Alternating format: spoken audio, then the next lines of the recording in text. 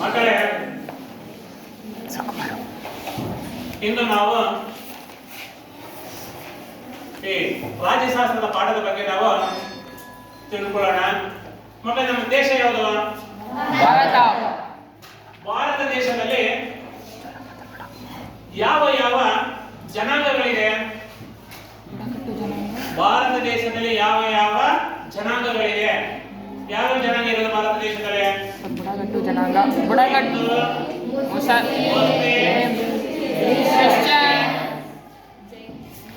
ಜೈನರು, ಕ್ರಿಸ್ತರು, ಕ್ರಿಶ್ಚಿಯನ್ ಅಂದ್ರೆ ಒಂದೇ, ಬೌದ್ಧರು, ಪಾರ್ಸಿಗಳು, ಇವರೆಲ್ಲ ಹಿಂದೂ ರಾಷ್ಟ್ರದಲ್ಲಿ ವಾಸ ಮಾಡ್ತಾ ಇದ್ದಾರೆ. ಇವರು ಬೇರೆ ದೇಶದ ಇವರು ಬೇರೆ ದೇಶದ ಪ್ರಜೆಗಳಾಗಿರ್ಬೋದು. ಆದ್ರೆ ಭಾರತ ದೇಶದಲ್ಲಿ ಇವರು ಭಾರತ ದೇಶದ ಪೌರತ್ವವನ್ನು ಪಡ್ಕೊಂಡು ಭಾರತ ದೇಶದಲ್ಲಿ ಏನ್ ಮಾಡ್ತಾ ಇದ್ದಾರೆ? ಇವರು ವಾಸಿಸ್ತಾ ಇದ್ದಾರೆ. ಹಾಗಾದ್ರೆ ಇವರು ಆಯಾ ದೇಶದ ಉಡುಗೆಯಾಗಿರಲಿ, ಆಯಾ ದೇಶದ ಸಂಸ್ಕೃತಿ ಇರಲಿ, ಆಯಾ ದೇಶದ ಆಹಾರ ಪದ್ಧತಿಗಳಿರಲಿ, ಹಾಗೆ ಕೆಲವು ಸಂಪ್ರದಾಯಗಳನ್ನ ಭಾರತದಲ್ಲೂ ಸಹ ಈ ಕ್ರಿಶ್ಚಿಯನ್ಗಳು, ಬೌದ್ಧರು, ಮುಸಲ್ಮಾನರು, ಹಿಂದೂಗಳು ಇಂದಿಗೂ ಸಹ ಪಾಲಿಸ್ತಾ ಇದ್ದಾರೆ, ಮಾಡ್ಕೊಂಡು ಬರ್ತಾರೆ. ಹಾಗಾದ್ರೆ ಮುಸಲ್ಮಾನರು ಯಾವ ಹಬ್ಬಗಳನ್ನ ಆಚರಿಸ್ತಾರೆ? ಮುಸಲ್ಮಾನರು ಯಾವ ಹಬ್ಬಗಳನ್ನ ಆಚರಿಸ್ತಾರೆ? ಮೊಹರಂ, ರಂಜಾನ್, ಈದ್ ಮಿಲಾದ್. ಸರ್, ಈದ್ ಮಿಲಾದ್ ಈ ಹಬ್ಬಗಳನ್ನ ಆಚರಿಸ್ತಾರೆ. ಎಲ್ಲಿ? ಭಾರತದಲ್ಲಿ. ಕ್ರಿಶ್ಚಿಯನರು ಯಾವ ಹಬ್ಬಗಳನ್ನ ಆಚರಿಸ್ತಾರೆ? ಕ್ರಿಸ್ಮಸ್, ಗುಡ್ ಫ್ರೈಡೆ, ಈ ಹಬ್ಬವನ್ನು ಆಚರಿಸ್ತಾರೆ. ಹಿಂದೂಗಳು ಸರ್, ದೀಪಾವಳಿ, ಸಂಕ್ರಾಂತಿ, ಸಂಕ್ರಾಂತಿ, ಫೆಬ್ರವರಿ ಬಂದ್ರೆ ಶಿವರಾತ್ರಿ, ಮಾರ್ಚ್ ಬಂದ್ರೆ ಯುಗಾದಿ, ಮೇ ಬಂದ್ರೆ ಅಮ್ಮನಬ್ಬಗಳು ಮಾಡ್ತಾರೆ. ನೆಕ್ಸ್ಟ್ ಮೇಲೆ ಅಮ್ಮನಬ್ಬ ಮಾಡ್ತಾರೆ. ಜೂನ್ ಜುಲೈ ಹಬ್ಬಗಳು ನಾನು ನೋಡ್ದಂಗೆ ಇಲ್ಲ. ಕೆಲವರೆಲ್ಲ ಜುಲೈ ತಿಂಗಳ ಹಬ್ಬ ಅಮ್ಮನಬ್ಬ ಮಾಡ್ತಾರೆ. ಆಷಾಢದ ಹಬ್ಬಗಳು ಮಾಡ್ತಾರೆ. ಆಗಸ್ಟ್ ಅಲ್ಲಿ ಶ್ರಾವಣ ಮಾಸದ, ಸೆಪ್ಟೆಂಬರ್ ಅಲ್ಲಿ ಗೌರಿ ಗಣೇಶ, ಅಕ್ಟೋಬರ್ ಅಲ್ಲಿ ಇರೋದು ವಿಜಯದಶಮಿ, ನವೆಂಬರ್ ಅಲ್ಲಿ ದೀಪಾವಳಿ, ಡಿಸೆಂಬರ್ ಅಲ್ಲಿ ಸೋನೆ ಮಾಸ. ಇಷ್ಟೆಲ್ಲ ಹಬ್ಬಗಳನ್ನ ನಾವು ಮಾಡ್ತೀವಿ. ಆದ್ರೆ ಯಾವುದೇ ಒಂದು ಧರ್ಮದವರು ಯಾವುದೇ ಒಂದು ಹಬ್ಬದ ಆಚರಣೆಯನ್ನ ಮಾಡುವಂತ ಸಂದರ್ಭದಲ್ಲಿ ಬೇರೆ ಧರ್ಮದ ಜನರಿಗೆ ಭಂಗ ತಂದಿಲ್ಲ, ಅಂದ್ರೆ ಅಡ್ಡಿಯನ್ನುಂಟು ಮಾಡಿಲ್ಲ. ಹಾಗಾದ್ರೆ ನಾವು ಇಸ್ಲಾಂ, ಕ್ರಿಶ್ಚಿಯನ್, ಹಿಂದೂ ಈ ಮೂರು ಧರ್ಮಗಳೊಳಗೆ ಒಟ್ಟಿಗೆ ಏನ್ ಮಾಡ್ತಾರೆ? ನಾವು ಭಾರತದಲ್ಲಿ ಯಾವ ರೀತಿ ಇದ್ದೀವಿ? ನಾವು ಸಹೋದರತೆಯಿಂದ ನಾವು ಇಂದಿಗೂ ಸಹ ನಾವು ಏನ್ ಮಾಡ್ತಾರೆ? ನಾವು ಇವತ್ತು ಬದುಕ್ತಾ ಇದೀವಿ. ನಿಜ ತಾನೇ? ಇವತ್ತು ಅವ್ರ ಹಬ್ಬಗಳನ್ನು ನಾವು ಆಚರಿಸ್ತಾ ಇದೀವಿ, ನಮ್ಮ ಹಬ್ಬಗಳನ್ನು ಸಹ ಅವ್ರು ಏನ್ ಮಾಡ್ತಾರೆ? ಅವರು ಆಚರಿಸ್ತಾರೆ. ಅವರು ಬೇರೆ ಧರ್ಮದವರಾಗಿದ್ರೆ ಭಾರತ ದೇಶದಲ್ಲಿ ವಾಸಿಸ್ತಾ ಇರೋದ್ರಿಂದ, ಅವರು ಭಾರತ ದೇಶದ ಪೌರತ್ವವನ್ನು ಪಡೆದಿರುವುದರಿಂದ ಅವರು ನಮ್ಮ ರಾಷ್ಟ್ರದ ಹಬ್ಬಗಳನ್ನು ಆಚರಿಸ್ತಾರೆ. ಅವರು ಸ್ವತಂತ್ರ ದಿನಾಚರಣೆಯನ್ನು ಆಚರಿಸ್ತಾರೆ. ಅವರು ಗಾಂಧಿ ಜನ್ಮ ದಿನಾಚರಣೆಯನ್ನು ಆಚರಿಸ್ತಾರೆ. ಹಾಗೆ ಜನವರಿ 26ನೇ ತಾರೀಕು ಈ ಗಣರಾಜ್ಯೋತ್ಸವವನ್ನ ಅಂದ್ರೆ ಪ್ರಾಂತ್ಯಗಳನ್ನು ಒಂದುಗೂಡಿಸಿದ ದಿನವನ್ನು ಸಹ ಆಚರಿಸ್ತಾರೆ. ಇದನ್ನು ಏನಂತ ಕರೀತಾರೆ? ವೈವಿಧ್ಯತೆಯಲ್ಲಿ ಏಕತೆ. ಹಾಗಾದ್ರೆ ಮತ್ತೆ ಇಂದು ನಾವು ರಾಷ್ಟ್ರೀಯ ಭಾವೈಕ್ಯತೆ ಎಂಬ ಪಾಠದ ಬಗ್ಗೆ ನಾವು ತಿಳ್ಕೊಳ್ಳೋಣ. ರಾಷ್ಟ್ರೀಯ ಭಾವೈಕ್ಯತೆ.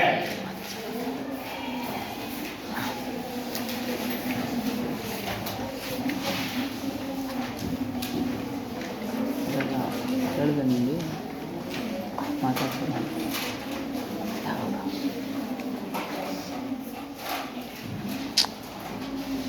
ಈ ರಾಷ್ಟ್ರೀಯ ಭಾವೈಕ್ಯತೆ ಅಂದ್ರೇನು ಅಂದ್ರೆ ನಾವು ಒಂದು ಪ್ರದೇಶದ ನೆಲದಲ್ಲಿ ನಾವು ವಾಸ ಮಾಡ್ತಾ ಇದ್ದೀವಿ. ಈ ಕರ್ನಾಟಕ 1,91,781 ಚದರ ಕಿಲೋಮೀಟರ್ ಒಟ್ಟು ವಿಸ್ತೀರ್ಣ ಕರ್ನಾಟಕ ಅಂತೀವಿ. ನಾವು ಕರ್ನಾಟಕದಲ್ಲಿ ವಾಸಿಸುವ ಜನರು ನಮ್ಮ ಪ್ರದೇಶವನ್ನ ಕರ್ನಾಟಕದ ವೈಭವೀಕರಿಸಿ ಮಾತಾಡ್ತೀವಿ. ತಮಿಳುನಾಡರು ತಮಿಳು ಪ್ರದೇಶವನ್ನು ವೈಭವೀಕರಿಸಿ ಮಾತಾಡ್ತಾರೆ. ಮಹಾರಾಷ್ಟ್ರದವರು ಮಹಾರಾಷ್ಟ್ರ ಪ್ರದೇಶವನ್ನು ವೈಭವೀಕರಿಸಿ ಮಾತಾಡ್ತಾರೆ. ಭಾರತೀಯರು ನಮ್ಮ ಭಾರತ ದೇಶವನ್ನು 32,87,263 ಚದರ ಕಿಲೋಮೀಟರ್ ಒಟ್ಟು ವಿಸ್ತೀರ್ಣವನ್ನು ನಾವು ವೈಭವೀಕರಿಸಿ ಮಾತಾಡ್ತೇವೆ. ಹಾಗಾದ್ರೆ ನಾವು ನಮ್ಮ ನೆಲವನ್ನ, ನಮ್ಮ ಮಾತೃಭೂಮಿಯನ್ನ, ಸುಮಾರು 150 ಕೋಟಿ ಜನಸಂಖ್ಯೆಯನ್ನ ನಾವೇನು ಕರಿತೀವಿ? ಭಾರತೀಯ ಒಂದು ಜನ ಸಮೂಹ ಅಂತ ಕರಿತೀವಿ. 150 ಕೋಟಿ ಜನಸಂಖ್ಯೆ ಏನಂತ ಕರಿತೀವಿ ನಾವು?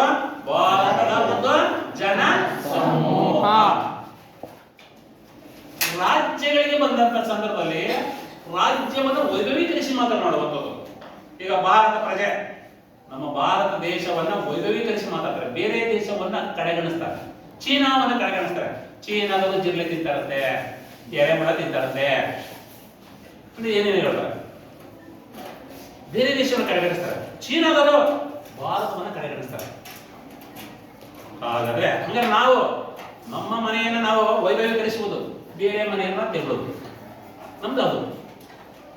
ಈ ರೀತಿ ಇವತ್ತು 150 ಕೋಟಿ ಜನಸಂಖ್ಯೆ ಒಂದು ರೀತಿ ಹೊಂದಿರುವಂತ ಈ ಜನಸಮೂಹ ಏನಾಗಿದೆಯಪ್ಪ ಅಂದ್ರೆ ನಾವು ಭಾರತಾಂಬೆಯ ಮಕ್ಕಳು. ನಮ್ಗೆ ಏನಾಗಿದೆ? ನಮ್ಮ ಮಾತೃಭೂಮಿ ಏನಂದ್ರೆ ಭಾರತ. ಅಂದ್ರೆ ಎಲ್ಲಾ ಧರ್ಮದವರು ಏನಾಗಿದ್ದಾರೆ? ರಾಷ್ಟ್ರೀಯ ಭಾವೈಕ್ಯತೆಯನ್ನ ಬಿಂಬಿಸುವಂತ ಭಾರತದಲ್ಲಿ ನೆಲೆಸಿರುವ ಪ್ರಜೆಗಳು. ಭಾರತದ ಭಾವೈಕ್ಯತೆಯನ್ನ ಬಿಂಬಿಸುವಂತ ಯಾವುದೇ ಧರ್ಮದವರಾಗಿರ್ಬೋದು. ಇಸ್ಲಾಂ ಧರ್ಮದವರು ಭಾರತದಲ್ಲಿ ವಾಸ ಮಾಡ್ತಾ ಇದ್ದಾರೆ. ಆದ್ರೆ ಅವರೆಲ್ಲ ಏನಾಗಿದೆ? ಭಾರತ ದೇಶದ ಪೌರತ್ವವನ್ನು ಪಡ್ಕೊಂಡಿದ್ದಾರೆ. ಒಂದು ಪಾಕಿಸ್ತಾನದ ಪೌರತ್ವವನ್ನು ಪಡ್ಕೊಳ್ಳಿಕ್ಕೆ ಸಾಧ್ಯ ಇಲ್ಲ. ಭಾರತದ ಕಾನೂನಿಗೆ ಚೌಕಟ್ಟಿಗೆ ಒಳಪಟ್ಟಿದ್ದಾರೆ ಹೊರತು ಪಾಕಿಸ್ತಾನದ ಕಾನೂನಿನ ಚೌಕಟ್ಟಿಗೆ ಒಳಪಟ್ಟಿಲ್ಲ. ಇದು ರಾಷ್ಟ್ರೀಯ ಭಾವೈಕ್ಯತೆ. ಹಾಗಾದ್ರೆ ಈ ರಾಷ್ಟ್ರೀಯ ಭಾವೈಕ್ಯತೆ ಮೊನ್ನೆ ನಾನು ಭಾಷಣ ಮಾಡ್ತಾ ಇರುವಂತಹ ಸಂದರ್ಭದಲ್ಲಿ, ದೇಶಕ್ಕೆ ಸ್ವತಂತ್ರ ಬಂದಂತ ಸಂದರ್ಭದಲ್ಲಿ ದೇಶವನ್ನ 552 ದೇಶೀಯ ಸಂಸ್ಥಾನಗಳು ಭಾರತವನ್ನು ಆಳ್ತಾ ಇರುವಂತದ್ದೇ. ಎಷ್ಟು? 552 ದೇಶೀಯ ಸಂಸ್ಥಾನಗಳು. ಯಾರವರು? ರಾಜರು. ಆ ರಾಜರನ್ನ ಒಂದುಗೂಡಿಸಿದಂತ ಕೀರ್ತಿ ಸರ್ದಾರ್ ವಲ್ಲಭಾಯ್ ಪಟೇಲರಿಗೆ ಸೇರ್ತದೆ. 552 ದೇಶೀಯ ರಾಜರ ಹತ್ರ ಹೋಗಿ ಅವರ ಮನವೊಲಿಸಿ ಅವರ ಪ್ರಾಂತ್ಯವನ್ನು ಭಾರತದ ಒಕ್ಕೂಟಕ್ಕೆ ವಿಲೀನಗೊಳಿಸಿದರು. ಅಂದಿನಿಂದ 1950 ಇಸ್ವಿಯಲ್ಲಿ ಜನವರಿ 26ನೇ ತಾರೀಕು ಭಾರತ ದೇಶ ಎಲ್ಲಾ ಜನಾಂಗಗಳನ್ನ, ನಾನಾ ಭಾಷೆ ಮಾತನಾಡುವ ಜನರನ್ನ, ನಾನಾ ಧರ್ಮೀಯರನ್ನ ಒಂದುಗೂಡಿಸಿದಂತ ದಿನ ರಿಪಬ್ಲಿಕ್ ಡೇ, ಗಣರಾಜ್ಯೋತ್ಸವ. ಆ ದಿನವನ್ನ ದೆಹಲಿಯಲ್ಲಿ 28 ರಾಜ್ಯಗಳು ಹೊಂದಿರುವಂತಹ ಭಾರತ ದೇಶ 28 ರಾಜ್ಯಗಳ ಸಾಂಸ್ಕೃತಿಕ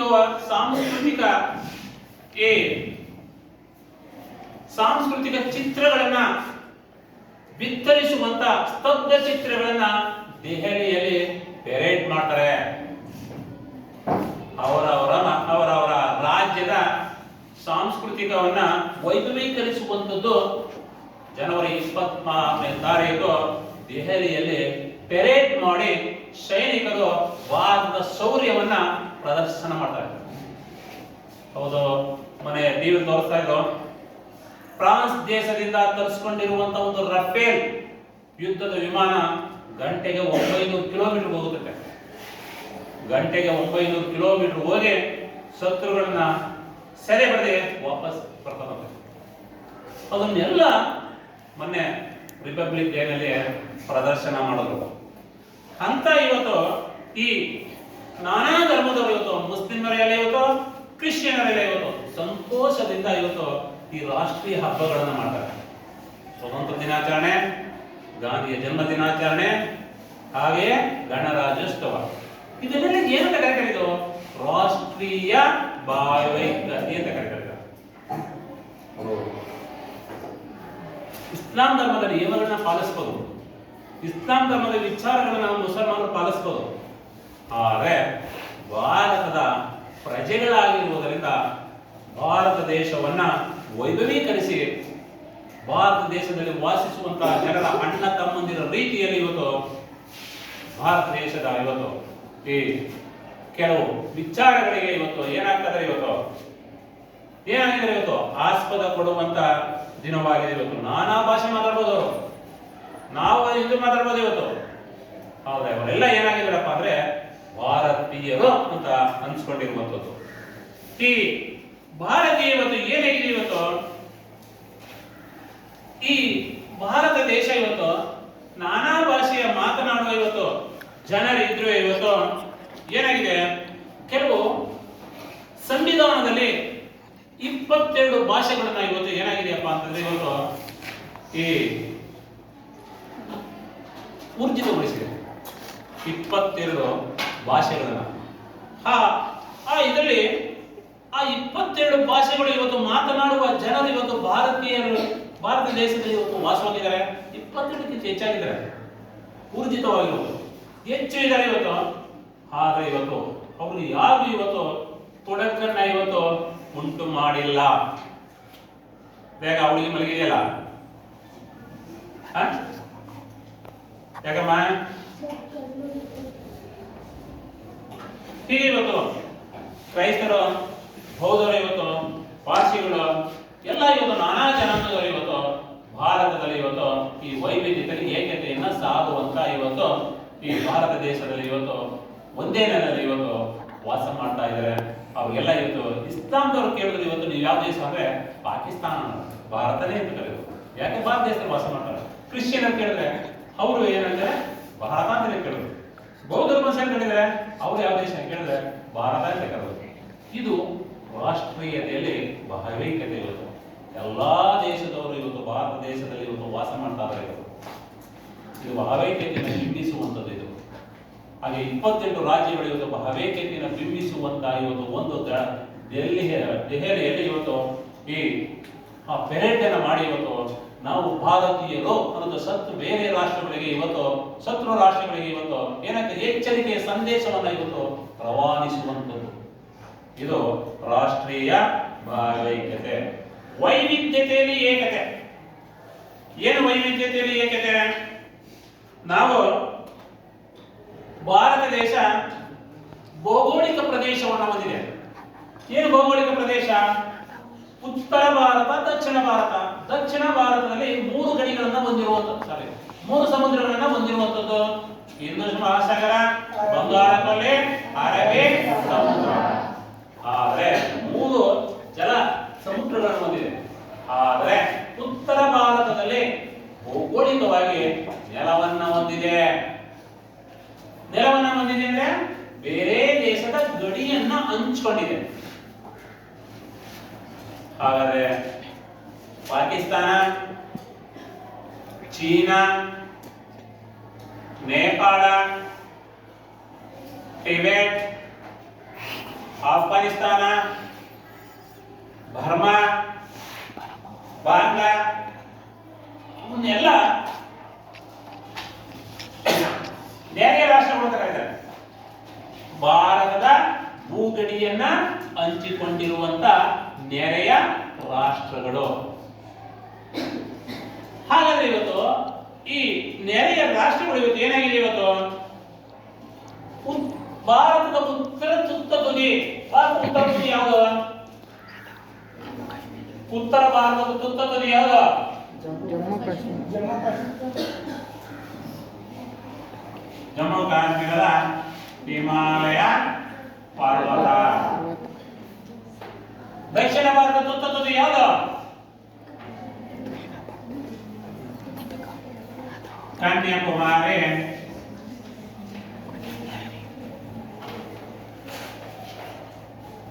ಕನ್ಯಾಕುಮಾರಿ. ಇವತ್ತು ಈ ಹಿಮಾಲಯ ಪರ್ವತದಿಂದ ಇರಲಿ, ಇವತ್ತು ಹಿಮಾಲಯ ಪರ್ವತದಲ್ಲಿ ತುತ್ತ ತುದಿ ಇದೆ. ಯಾವುದು? ಇಂದಿರಾ ಕೋಲ್ ಅಂತ ಕರೀತಾರೆ. ಇಂದಿರಾ ಕೋಲ್. ದಕ್ಷಿಣ ಭಾರತದಲ್ಲಿ ತುತ್ತ ತುದಿ ಇದೆ. ಇಂದಿರಾ ಪಾಯಿಂಟ್ ಅಥವಾ ಪಿಗ್ಮಿಲಿಯನ್ ಪಾಯಿಂಟ್ ಅಂತ ಕರೀತಾರೆ. ಇಂದಿರಾ ಪಾಯಿಂಟ್ ಅಥವಾ ಪಿಗ್ಮಿಲಿಯನ್ ಪಾಯಿಂಟ್. ಭಾರತ ತುತ್ತ ತುದಿ ಮೇಲೆ ಇದೆಯಲ್ಲ ಆ ಭಾಗ ಇಂದಿರಾ ಕೋಲ್. ಇದು ಇಂದಿರಾ ಪಾಯಿಂಟ್ ಅಥವಾ ಪಿಗ್ಮಿಲಿಯನ್ ಪಾಯಿಂಟ್. ಇವತ್ತು ಹಿಮಾಲಯ ಪರ್ವತದಿಂದ ಈ ದಕ್ಷಿಣದ ಕನ್ಯಾಕುಮಾರಿ ಗೋಚರದವರು ಇವತ್ತು 28 ರಾಜ್ಯಗಳು ಹೊಂದಿದೆ. 28 ರಾಜ್ಯಗಳಲ್ಲಿ ಇವತ್ತು ಒಂದೇ ರೀತಿಯಾದ ಭಾಷೆ ಮಾತನಾಡುವ ಜನರಿಲ್ಲ. ಒಂದೇ ರೀತಿಯಾದ ಆಹಾರ ಪದ್ಧತಿಯನ್ನ ತಿನ್ನುವಂತ ಜನರಿಲ್ಲ. ಒಂದೇ ರೀತಿಯಾದ ಉಡುಗೆಯನ್ನ ತೊಡುವಂತ ಜನರಿಲ್ಲ. ನೋಡಿ, ಇವರೆಲ್ಲ ಭಾರತೀಯರು. ಆದರೆ ವೈವಿಧ್ಯತೆ, ಬೇರೆ ಬೇರೆ ಭಿನ್ನತೆಯನ್ನು ಹೊಂದಿದ್ದಾರೆ. ರಾಜಸ್ಥಾನದವರು ಉಡುಗೆ ತೊಡುಗೆ ಬೇರೆ. ಅವರು ಅದೇನೋ ಇಲ್ಲಿ ಗಂಟೆ ಹಾಕತ್ತಿದ್ದೇನೆ, ಹಿಂಗೆಲ್ಲ ಹಾಕತ್ತಾರೆ ರಾಜಸ್ಥಾನದವರು. ಇವರು ಕೆಲವರು ಅವ್ರ ಡ್ರೆಸ್ಗಳು, ಲೇಡೀಸ್ಗಳು. ಮಾರ್ವಾಡೀಸ್ಗಳು ಉಲ್ಟಾ ಸರಿ ಹಾಕ್ತಾರೆ.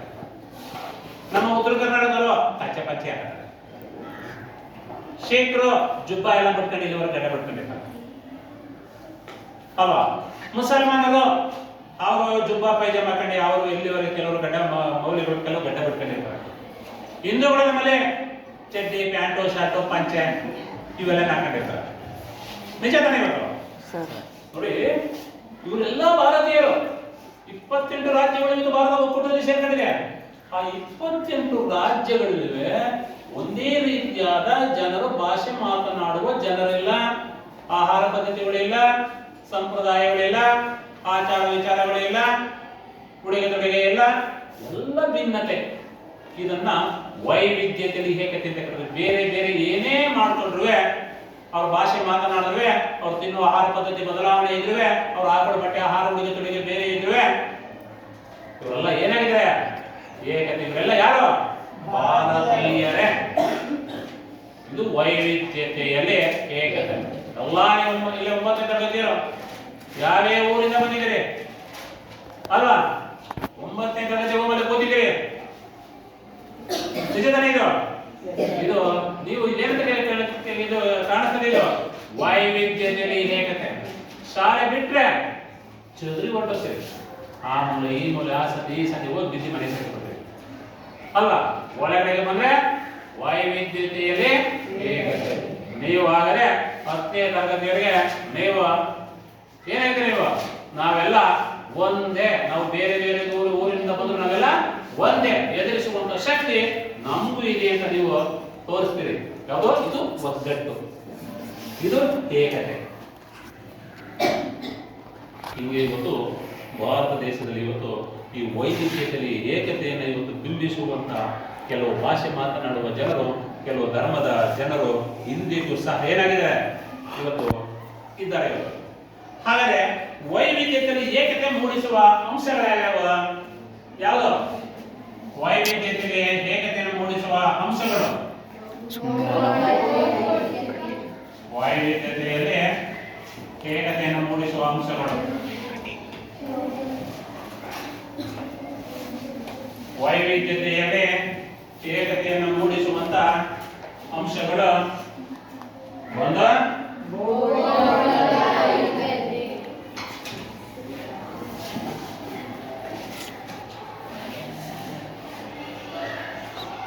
ವೈವಿಧ್ಯತೆಯಲ್ಲಿ ಏಕತೆಯನ್ನು ಮೂಡಿಸುವ ಅಂಶಗಳು.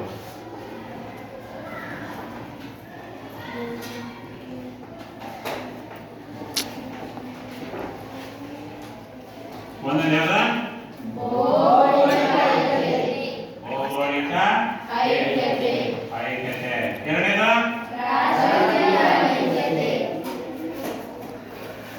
ರಾಷ್ಟ್ರೀಯ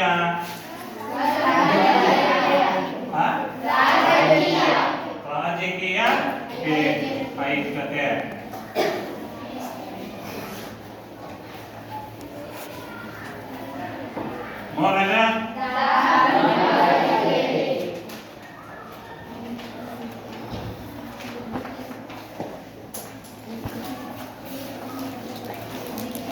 ನಾಲ್ಕನೇದು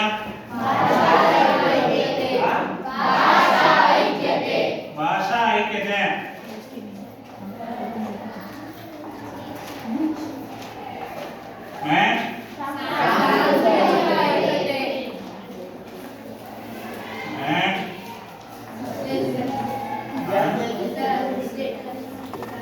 ಸಾಂಸ್ಕೃತಿಕ ಐಕ್ಯತೆ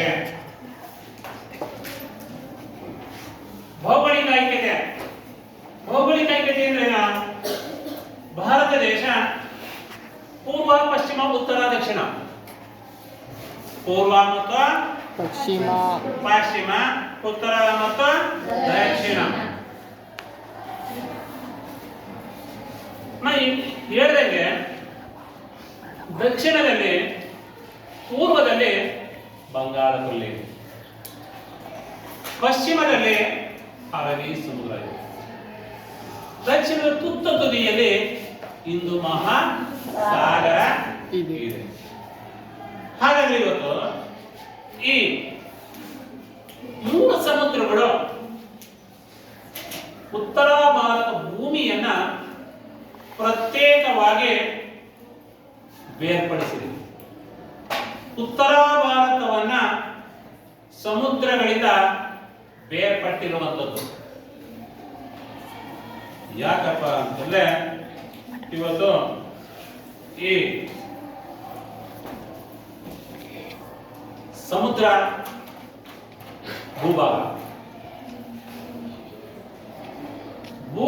ಜಲಭಾಗದಲ್ಲಿ ಸುತ್ತಲೂ ನೀರಿದೆ, ಪಕ್ಕದಲ್ಲಿ ನೆರೆಯ ರಾಷ್ಟ್ರ ಇದೆ. ಅದು ಯಾವ ರಾಷ್ಟ್ರ? ಶ್ರೀಲಂಕಾ. ಬಹಳ ನೆರೆಯ ರಾಷ್ಟ್ರ ಇದೆ. ಆದ್ರೆ ಭೂಭಾಗದಲ್ಲಿ ಹಲವು ರಾಷ್ಟ್ರಗಳಿದೆ.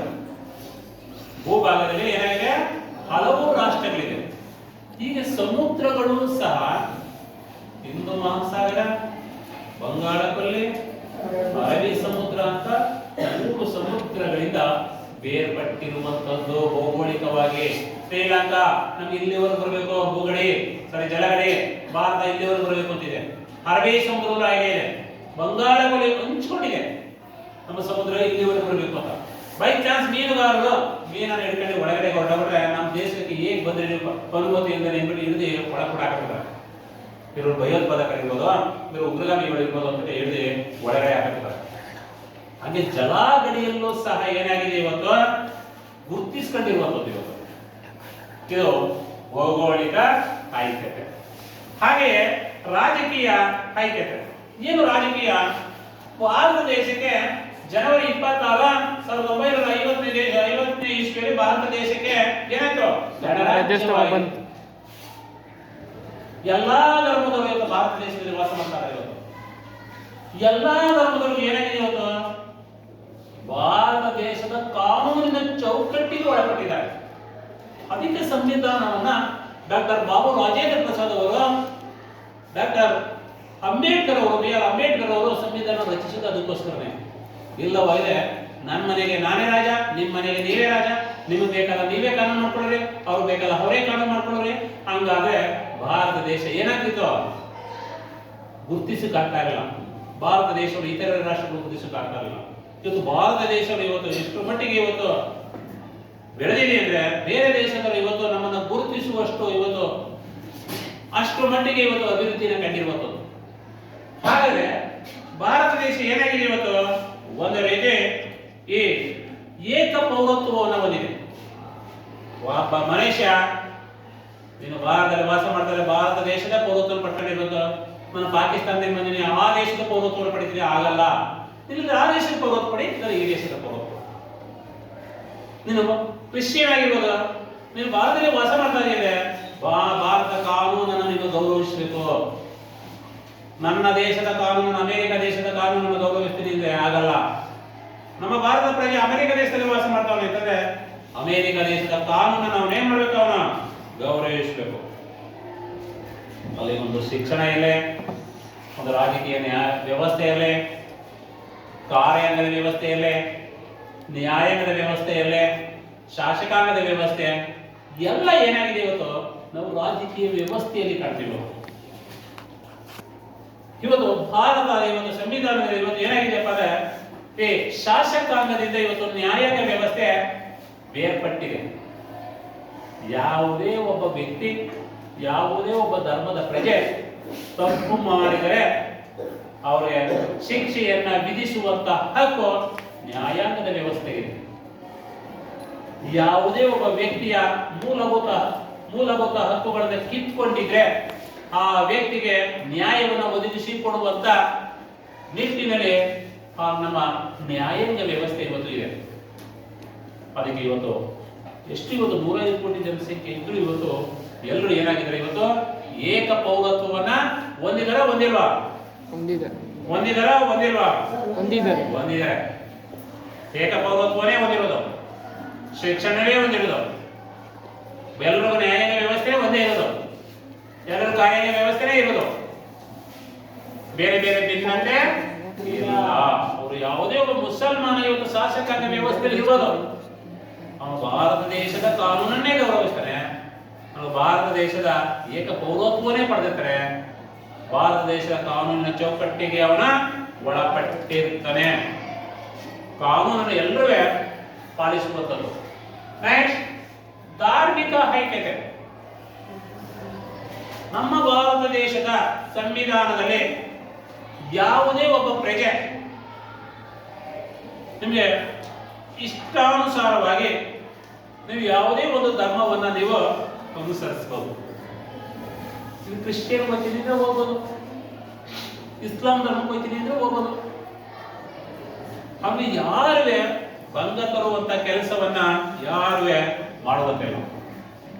ನೋಡಿ, ಇನ್ನೊಂದು ಯಾವುದೇ ಧರ್ಮದ ಆಚರಣೆಗಳನ್ನ ಮಾಡಬಹುದು. ನಾವು ದೀಪಾವಳಿ ಪಟಾಕಿ ಹೊಡಿಬೋದು, ಗಣೇಶನ ಹಬ್ಬದಲ್ಲಿ ಡ್ಯಾನ್ಸ್ ಮಾಡ್ಬೋದು, ಮುಸಲ್ಮಾನರು ಮೊಹರಂ ಹಬ್ಬದಲ್ಲಿ ಮೆರವಣಿಗೆ ಮಾಡ್ಕೊಡೋಕೆ ಪ್ರಾರ್ಥನೆ ಮಾಡ್ಕೊಂಡೆ, ರಂಜಾನ್ ಅಲ್ಲಿ ಬೆಳಗ್ಗೆ ಎದ್ದು ನಮಾಜ್ ಮಾಡ್ತಾರೆ, ಕ್ರಿಶ್ಚಿಯನ್ ರಾತ್ರಿ ಎಲ್ಲ ಪ್ರೇಯರ್ ಮಾಡ್ತಾರೆ. ಯಾವುದೇ ಭಾರತ ದೇಶದಲ್ಲಿ ಯಾವುದೇ ಒಂದು ಧರ್ಮದವರು ಇವತ್ತು ಭಾರತ ದೇಶದಲ್ಲಿ ವಾಸ ಮಾಡ್ತಾರೆ, ಅವರ ಧರ್ಮಕ್ಕೆ, ಅವರ ಶಾಂತಿಗೆ ಭಂಗ ತರುವಂತ ಕೆಲಸವನ್ನ ಮಾಡ್ತಾ ಇಲ್ಲ. ಎಲ್ಲರೂ ಇವತ್ತು ಯಾವ ರೀತಿ ಇದ್ದಾರಪ್ಪ ಅಂದ್ರೆ ಭಾವೈಕ್ಯತೆ ಅಂದ್ರೆ ಸಹೋದರದ ಗುಣಗಳನ್ನ ಇವತ್ತು ಬೆಳೆಸ್ಕೊಂಡಿರುವುದರಿಂದ ಇವತ್ತು ನಮ್ಮ ರಾಷ್ಟ್ರದ ಭಾವೈಕ್ಯತೆ ಇವತ್ತು ಏನಾಗ್ತದೆ, ಇವತ್ತು ಹೆಚ್ಚು ಇವತ್ತು ಬಿಂಬಿಸಿಕೊಂಡಿದೆ. ಇವತ್ತು ಇಲ್ಲದೆ ಹೋಗಿದ್ರೆ ನೀವು ಗಣೇಶನ ಹಬ್ಬ ಯಾಕೆ ಆಚರಿಸಿರಿ? ಮುಸಲ್ಮಾನರು ನಮ್ಮ ಮೇಲೆ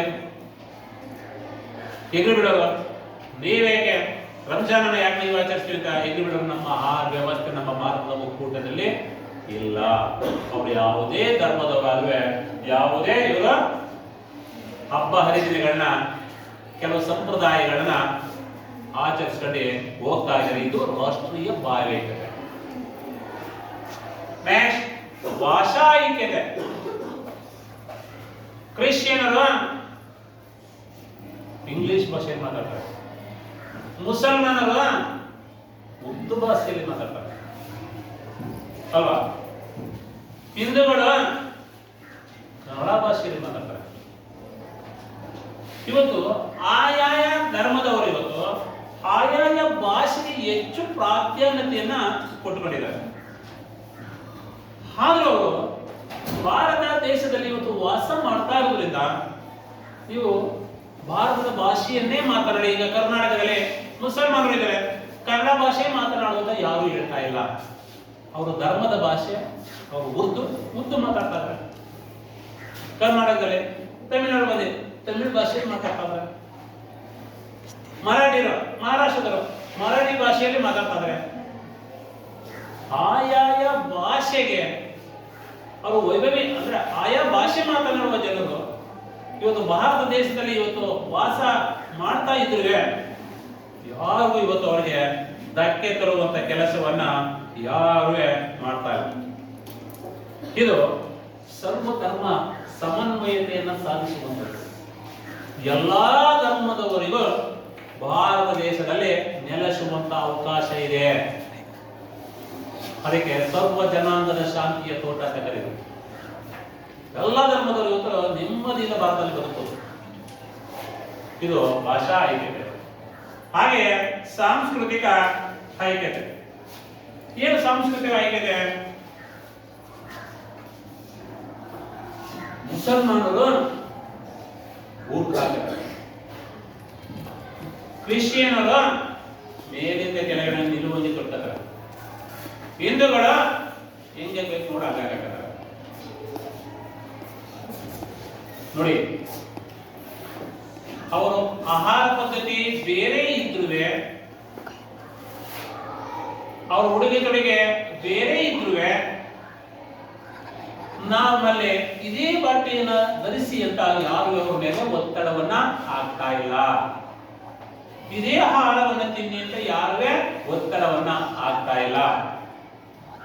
ಅವರು ಸಾಂಸ್ಕೃತಿಕ ವಿಚಾರ ಬಂದಂತ ಸಂದರ್ಭದಲ್ಲಿ ಅವರು ತಮ್ಮ ವಿಚಾರಗಳನ್ನ ವಿನಿಮಯ ಮಾಡ್ಕೊಳ್ತಾರೆ, ಜಾತ್ರೆಗಳನ್ನ ಮಾಡ್ತಾರೆ.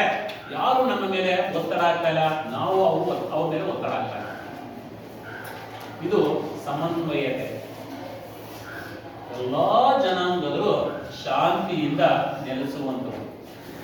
ಇದು ಭಾರತ ರಾಷ್ಟ್ರೀಯ ಐಕ್ಯತೆ.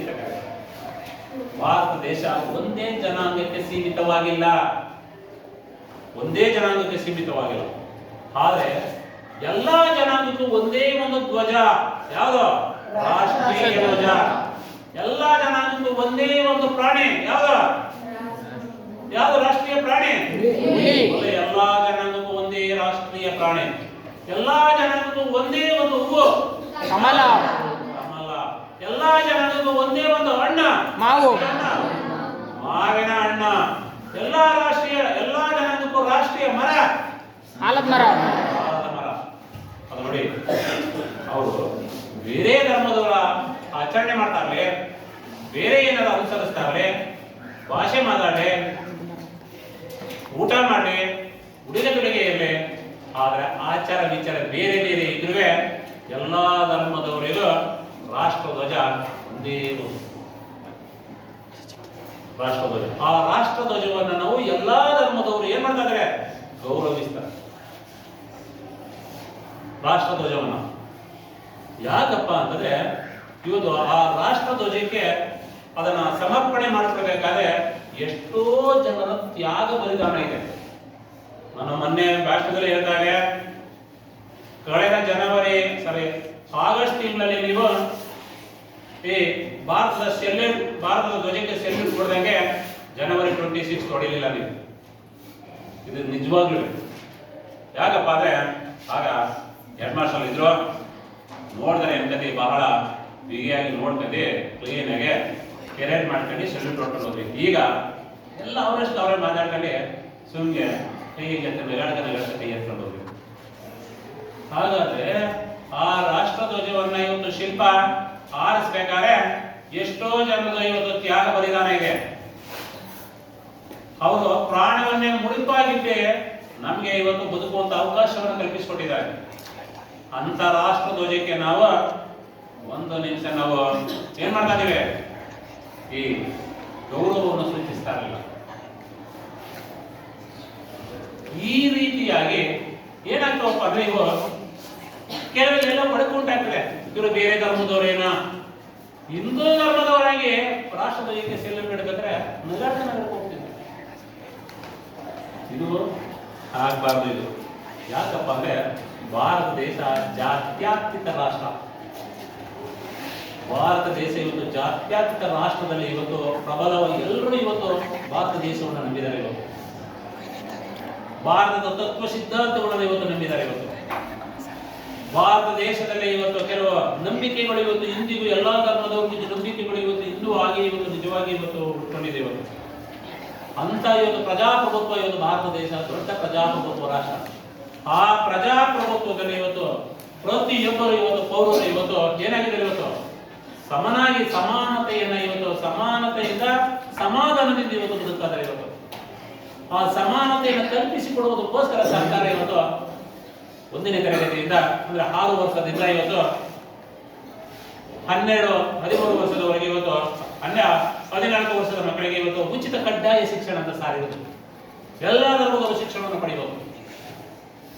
ಈ ನಿಟ್ಟಿನಲ್ಲಿ ಇವತ್ತು ಎಲ್ಲಾ ಧರ್ಮದವರು ಇವತ್ತು ಭಾರತ ದೇಶದಲ್ಲಿ ಏನಾಗ್ತದೆ, ಇವತ್ತು ಸಹೋದರತೆಯಿಂದ ಸರ್ವಧರ್ಮ ಸಮನ್ವಯತೆಯಿಂದ ಇವತ್ತು ಬದುಕಾದರೆ ಇವತ್ತು ಇದು ರಾಷ್ಟ್ರೀಯ ಭಾವೈಕ್ಯತೆ. ಇವತ್ತು ಹಿಂದೂಗಳೇ ಇವತ್ತು ಗಣರಾಜ್ಯೋತ್ಸವದಲ್ಲಿ ಪೆರೇಡ್ ಮಾಡಿಲ್ಲ. ಮುಸಲ್ಮಾನರು ಇವತ್ತು ಸೈನಿಕರಿದ್ದಾರೆ, ಇವತ್ತು ಭೂಪಡೆ ವಾಯುಪಡೆ ನೌಕಾಪಡೆಯಲ್ಲಿ ಮುಸಲ್ಮಾನರು ಇದ್ದಾರೆ, ಇವತ್ತು ಕ್ರಿಶ್ಚಿಯನ್ಗಳು ಇದ್ದಾರೆ, ಇವತ್ತು ಎಲ್ಲ ಇವತ್ತು ಭಾರತದ ಇವತ್ತು ತಾಯಿ ಮಕ್ಕಳು ಅನ್ನೋ ರೀತಿಯಲ್ಲಿ ಇವತ್ತು ಪ್ರತಿಬಿಂಬಿಸಿಕೊಂಡು ಇವತ್ತು ಬದುಕ್ತಾ ಇದ್ದಾರೆ. ಇವತ್ತು ಹಾಗೆ ಇಲ್ಲಿವರೆಗೂ ನಾವು ಈ ಪಾಠದ ಬಗ್ಗೆ ನಾವು ಈ ರಾಷ್ಟ್ರೀಯ ಭಾವೈಕ್ಯತೆ ಬಗ್ಗೆ ಪಾಠದ ಬಗ್ಗೆ ಮಕ್ಕಳು ನಾವು ತಿಳ್ಕೊಂಡ ಮುಂದಿನ ತರಗತಿಯಲ್ಲಿ ಮುಂದಿನ ಪಾಠದ ಬಗ್ಗೆ ನಾವು ತಿಳ್ಕೊಳ್ಳೋಣ. ಮಕ್ಕಳೇ ಈ ಪಾಠದ ಬಗ್ಗೆ ಒಂದು ಕ್ವಶನ್ ಕೊಡ್ತೀನಿ, ಮನೇಲಿ ಬರ್ಕೋಬೇಕು. ಬರ್ಕೋತೀರಾ? Yes sir.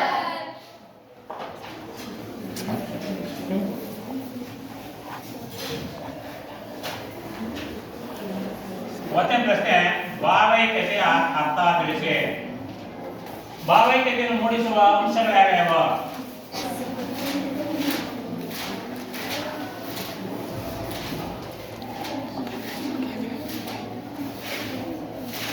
ರಾಷ್ಟ್ರೀಯ ಭಾವೈಕ್ಯತೆ ಎಂದರೇನು?